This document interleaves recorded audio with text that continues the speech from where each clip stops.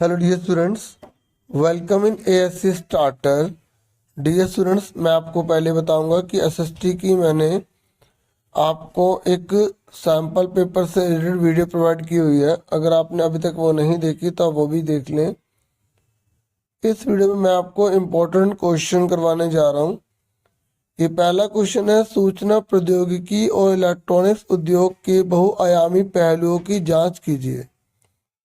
मतलब हमें पता लगाना है कि ये जो सूचना प्रौद्योगिकी और जो इलेक्ट्रॉनिक्स उद्योग है, ठीक है, ये किस प्रकार से है, क्या इसके हमें बेनिफिट मिले हैं नहीं मिले हैं, और इसके बारे में हमें जानकारी बतानी है। या अगर इसकी जगह क्वेश्चन ये आ गया कि भारत के सूचना प्रौद्योगिकी उद्योग का आर्थिक विकास में क्या योगदान है, मतलब ये जो इंफॉर्मेशन टेक्नोलॉजी है ना, ये हमें क्या बेनिफिट देती है, अगर इसके बारे में पूछेगा तो हम क्या बताएंगे।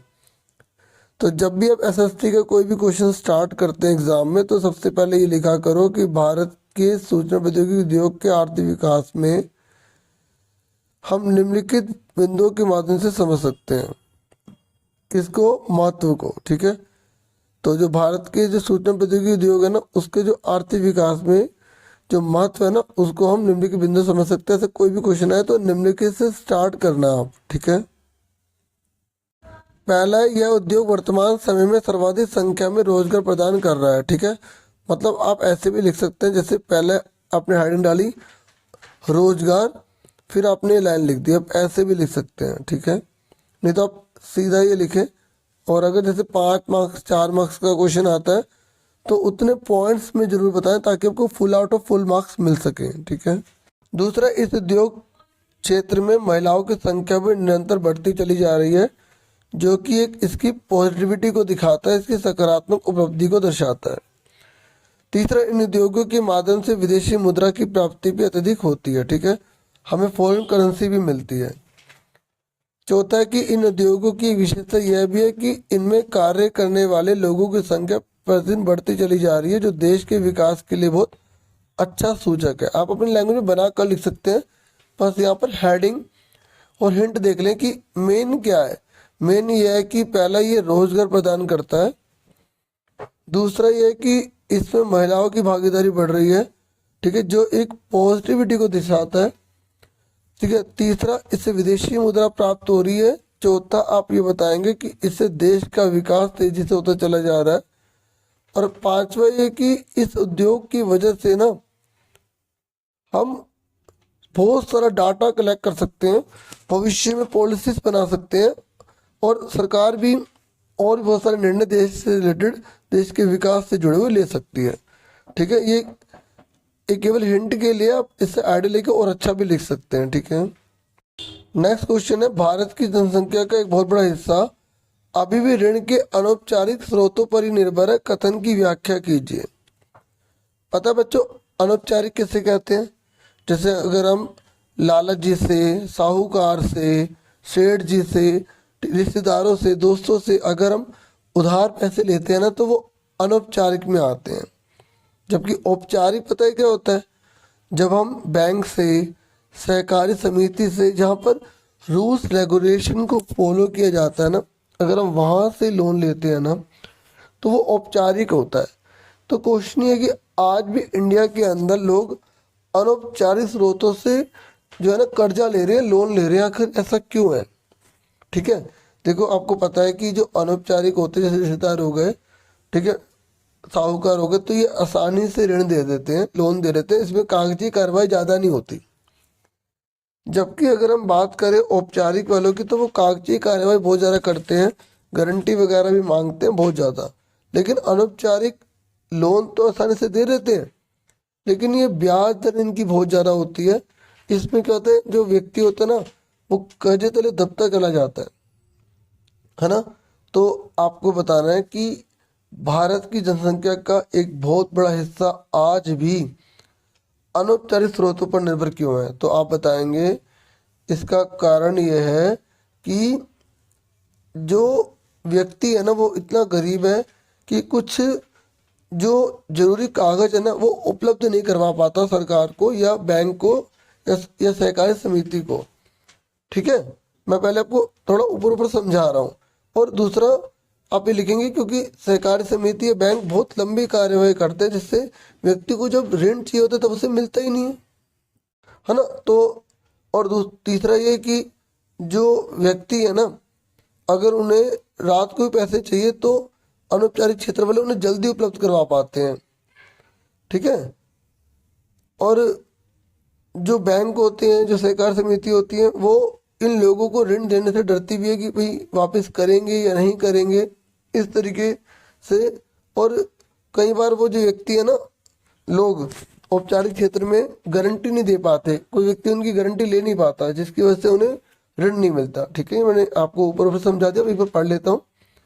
भारत की जनसंख्या का एक बहुत बड़ा हिस्सा अभी भी ऋण के अनौपचारिक स्रोतों पर ही निर्भर है। ये कथन पूरी तरह सत्य है और इसके लिए बहुत से कारण जिम्मेदार है। ऋण के अनौपचारिक स्रोतों का अर्थ होता है कि जब कोई व्यक्ति अपने किसी मित्र, रिश्तेदार, सेठ, साहूकार या पड़ोसी से ऋण लेता है तो इसे ऋण के अनौपचारिक स्रोत कहते हैं। भारत में अभी भी ऋण के अनौपचारिक स्रोतों पर निर्भरता के निम्नलिखित कारण है। देखो ये बहुत बड़ा लिखा, आप जरूरी नहीं इतना बड़ा एक्सप्लेनेशन दे, आप निम्नलिखित लिखकर फिर स्टार्ट कर सकते हैं, ठीक है। ये तो अंडरस्टैंडिंग देने के लिए आपको है, ठीक है। देखिए पहला है, ऋण का यह तरीका बहुत ही आसान होता है क्योंकि इसमें अनावश्यक दस्तावेजों की आवश्यकता नहीं होती है, ठीक है। अनौपचारिक यानी कि जो रिश्तेदार हैं, लाला जी हैं, उनसे ऋण आराम से मिल जाता है। दूसरा, ऋण का यह तरीका किसी भी प्रकार के समर्थक ऋण आधार अर्थात गिरवी रखने के लिए कुछ नहीं मांगता। देखो एग्जाम में अलग से भी क्वेश्चन आ जाता है कि समर्थक ऋण आधार क्या होता है। देखो जब हम किसी से लोन लेते हैं ना, और अगर कुछ चीज़ गिरवी रखवाते हैं तो उस गिरवी चीज को ही समर्थक ऋणाधार कहते हैं। जैसे मान लो किसी ने अपने हीरे जवाहरात या बिल्डिंग या दुकान या पशु कुछ भी चीज़ अगर किसी के गिरवी रखवा दी किसी से पैसे लेने के लिए ना, तो उसको हम पता क्या बोलेंगे, उसको बोलेंगे हम समर्थक ऋणाधार। तो एग्जाम में पूछ भी लेता है कि समर्थक ऋणाधार कौन कौन सी चीज़ हो सकती है, तो आप बता देना कि गहने हो सकते हैं, बिल्डिंग हो सकती है, दुकान हो सकती है, किसी के जानवर हो सकते हैं, ठीक है, और कुछ भी आप बता सकते हैं। तो क्वेश्चन के अंदर से क्वेश्चन निकल के आ जाते हैं, इस तरीके से आपको पढ़ाई करनी है। तो ऋण लेने का ये तरीका बहुत आसान है और व्यक्ति को बहुत आसानी से धन प्राप्त हो जाता है, ठीक है। और बैंकों से धन लेने के लिए अत्यधिक दस्तावेजों की आवश्यकता होती है और सामान्य व्यक्ति के लिए बैंक से ऋण लेना बहुत कठिन होता है। भारत के ग्रामीण क्षेत्रों में ऋण के औपचारिक स्रोतों की उपलब्धता अभी भी नाम मात्र के, मतलब बैंक या सहकारी समिति वहाँ है ही नहीं। अब जब है ही नहीं तो फिर कहाँ से लोन लेंगे, ये भी एक कारण है। अब हम थर्ड क्वेश्चन करते हैं कि कृषि और उद्योग एक दूसरे के पूरक है, इस कथन को स्पष्ट कीजिए। मतलब जो हमारा एग्रीकल्चरल है, ठीक है, और जो हमारी इंडस्ट्रीज है वो एक दूसरे पर डिपेंड है। कैसे, देखिए कृषि के द्वारा जो कच्चा माल होता है ना, वो उद्योग उसका इस्तेमाल करके निर्माण करते हैं। जैसे मान लो अगर हम यहाँ से गन्ना लेते हैं कृषि से, तो वो उद्योगों को देंगे तो उसकी चीनी बना देंगे।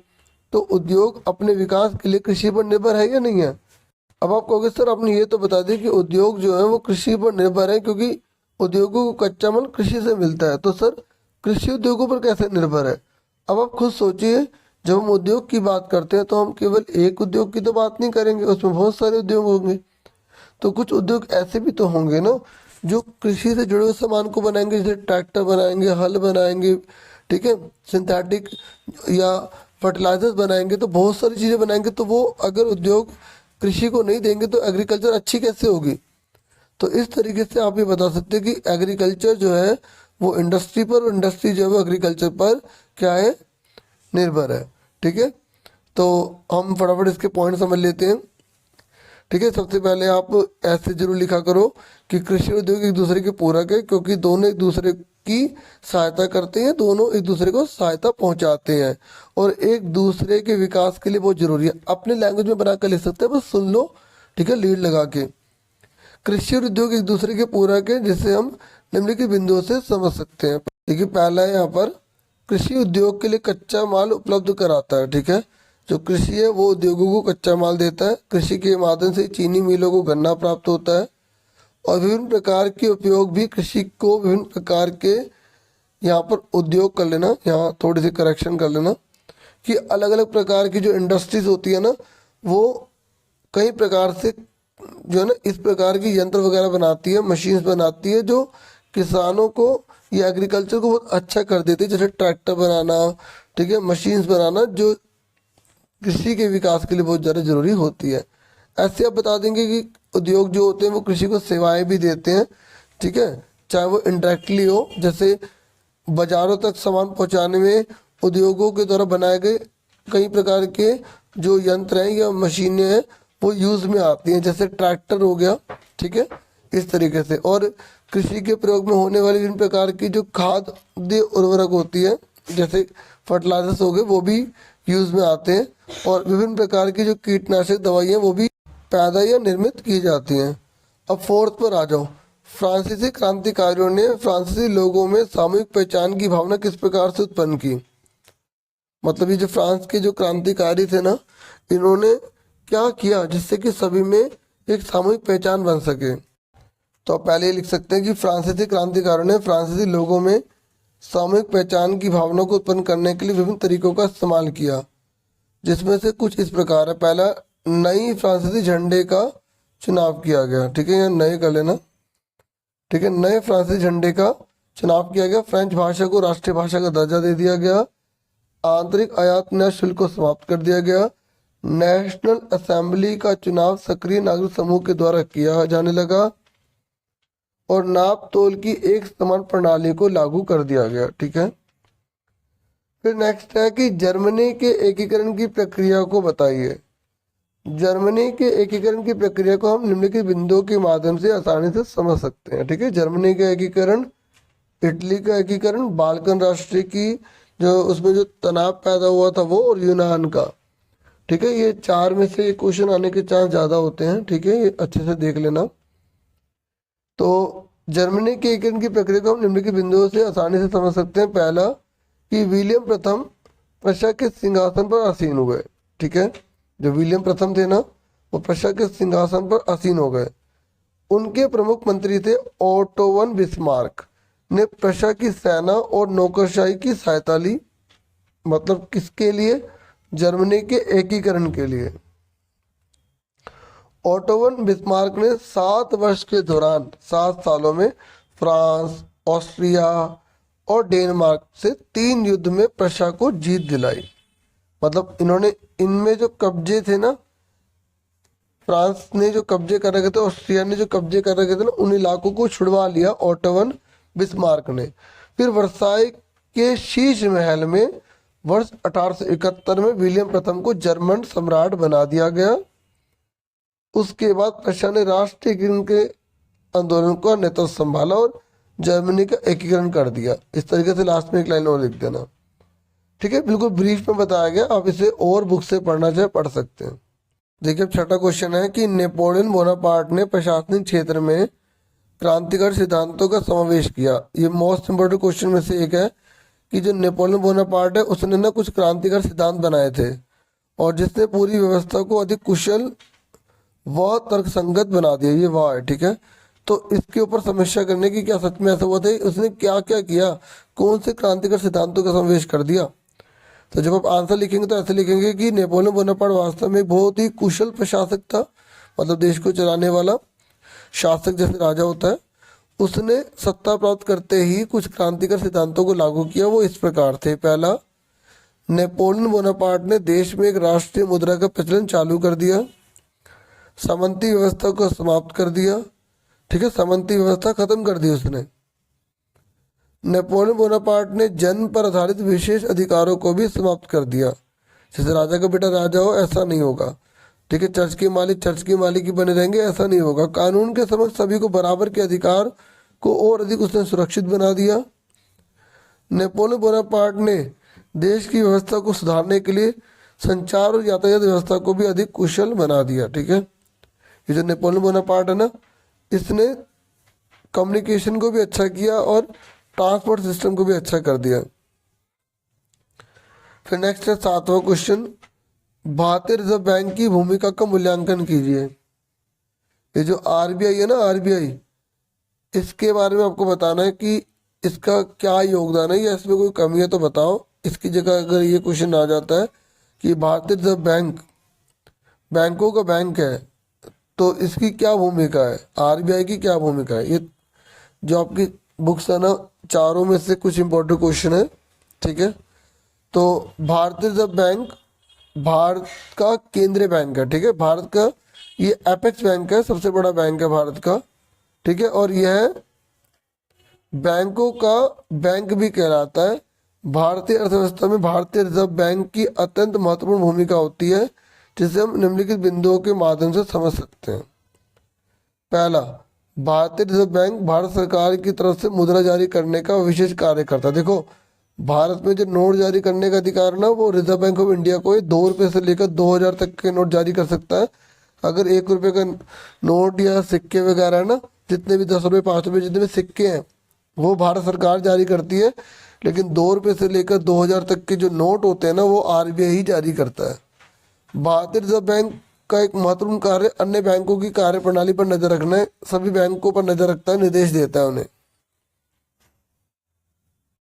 भारतीय रिजर्व बैंक विभिन्न प्रकार की ब्याज दरों को निर्धारित करता है। ठीक है, ऋण की शर्तें जो होती है ना उन पर निगरानी रखता है, जो इसने तय की होती हैं सारे बैंकों पर।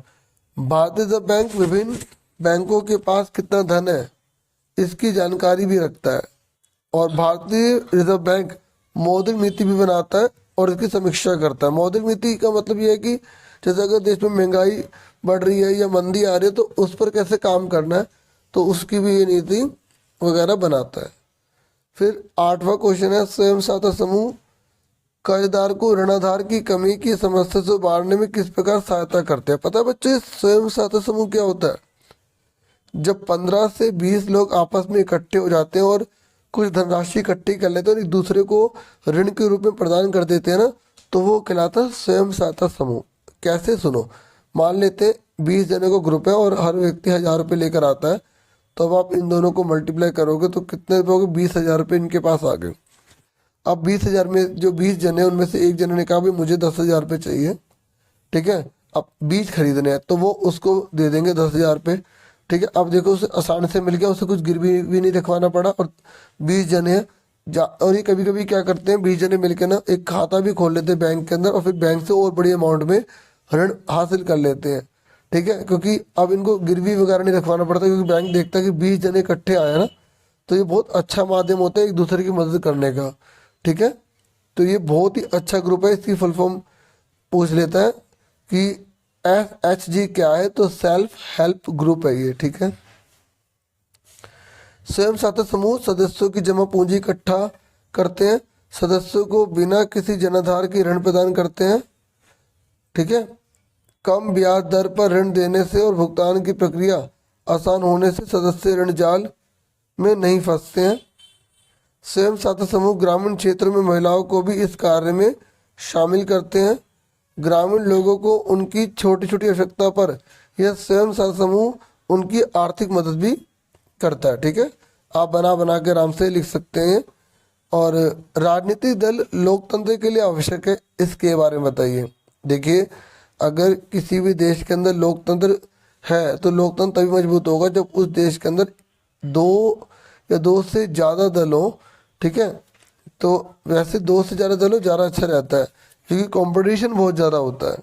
ठीक है, तो बिना, और अगर उस देश में पॉलिटिकल पार्टीज नहीं है तो लोगों को अगर एक पार्टी अच्छा काम नहीं करे तो दूसरे को चुन सकते हैं ना, और फिर उस पार्टी को भी डर रहेगा कि अगर मैंने अच्छा काम नहीं किया तो मुझे वोट ही नहीं मिलेगा। तो राजनीतिक दल का होना बहुत ज़्यादा जरूरी है। आओ थोड़ा सा इसको और पढ़ लेते हैं कि बिना राजनीतिक दल के लोकतंत्र की कल्पना करना मूर्खता होगा। राजनीतिक दल लोकतंत्र का आधार है और राजनीतिक दल लोकतंत्र के लिए निम्नलिखित तरीके से बहुत आवश्यक है। पहला, सरकार बनाने के लिए राजनीतिक दल का होना बहुत ही आवश्यक होता है। ठीक है, राजनीतिक दल जनमत का निर्माण करते हैं, लोगों को अपने साइड लाने की कोशिश करते हैं कि देखो ये सरकार अच्छे से काम नहीं कर रही है, हमें वोट दोगे तो हम अच्छे से काम करेंगे। तो जनता को एक मत करने के लिए भी कोशिश करती है। और राजनीतिक दल सरकार भी बनाते हैं और जन कल्याण का कार्य भी करते हैं। जैसे इस समय आप देख सकते हैं बीजेपी की सरकार है। ठीक है, वो अपने कार्य कर रही है। ठीक है, और जैसे कांग्रेस जो है वो बीच मतलब सत्ता में नहीं, विपक्षी दल में, तो वो जनमत निर्माण करने की कोशिश कर रही है कि भाई जनता हमारी साइड हो और हमारी सुने, और दूसरी जो सत्ता पार्टी में उसकी कमियां बताए, इस तरीके से। तो राजनीतिक दल विपक्ष की महत्वपूर्ण भूमिका निभाते हैं, जैसे अभी कांग्रेस निभा रही है। राजनीतिक दल विविधता वाले समाज में सभी की भागीदारी सुनिश्चित करने में सहायक होते हैं। राजनीतिक दल सरकार की गलत नीतियों की आलोचना करते हैं, जनता के समक्ष लाते हैं और जनता को बताते हैं कि भाई ये नीति गलत है, ये ऐसी नहीं होनी चाहिए। अब नेक्स्ट क्वेश्चन है यहाँ पे, क्या आप मानते हैं कि लोकतांत्रिक सरकार एक श्रेष्ठ सरकार होती है? मतलब आपको बताना है कि लोकतंत्र के फायदे क्या है, कि अगर किसी देश के अंदर लोकतंत्र होता है तो उसके फायदे क्या है। तो आप बोलोगे लोकतांत्रिक सरकार एक श्रेष्ठ सरकार होती है, ये जनता की सरकार होती है, जनता द्वारा चुनी हुई सरकार होती है, और पूरे विश्व में सबसे अच्छी सरकार लोकतांत्रिक सरकार को ही माना जाता है, क्योंकि यहाँ पे गरीब से गरीब व्यक्ति भी जो है ना वो ऊंचे से ऊंचे पद पर जा सकता है, ठीक है, और सभी के चुने जाने के समान अवसर होते हैं इसमें। तो इसके निम्नलिखित तर्क आप दे सकते हैं। पहला कि लोकतांत्रिक सरकार एक वैध सरकार होती है। वैध इसलिए क्योंकि जनता ने इसे चुना है, ठीक है, चुनाव हुए तब जाके जीत कर आए। एग्जाम में ये अलग से लाइन भी पूछ लेता है कि लोकतांत्रिक सरकार एक वैध सरकार है, क्यों? तो आप बोलोगे चुनाव होते हैं, चुनाव के बाद जो सत्ता में पार्टी आती है वही शासन करती है, ठीक है, इसलिए वैध सरकार होती है, जनता ने चुना है इसको, चुनाव के जरिए आया, वो जबरदस्ती नहीं आई वो पार्टी। लोकतांत्रिक सरकार का चुनाव जनता के द्वारा किया जाता है। लोकतांत्रिक सरकार जनता के प्रति जवाबदेह होती है और अपने सभी कार्यों के लिए जनता के प्रति उत्तरदायी होती है। देखो लोकतंत्र में बड़ा फायदा है कि जो भी पार्टी अगर आ रही है ना, तो वो जो भी आ रही है वो सारे के सारे जो कार्य है ना वो जनता के प्रति करती है। लोकतांत्रिक सरकार एक निश्चित समय के लिए चुनी जाती है और इसके बाद पुनः दोबारा से उसके चुनाव होते हैं। जैसे 5 साल बाद अगर वो 5 साल में अच्छे काम नहीं करेगी तो अगली बार लोग उसे वोट नहीं देंगे। लोकतांत्रिक सरकार के अंतर्गत जनता सरकार की आलोचना भी कर सकती है, जनता बुराई भी कर सकती है। तो आज की वीडियो में इतना ही था। वीडियो को लाइक, चैनल को सब्सक्राइब जरूर कर देना, और मैं वीडियोस लाने की पूरी कोशिश करूंगा। आप सैम्पल पेपर्स की वीडियो भी देख सकते हैं। Thank you for watching and listening carefully. Take care, dear students.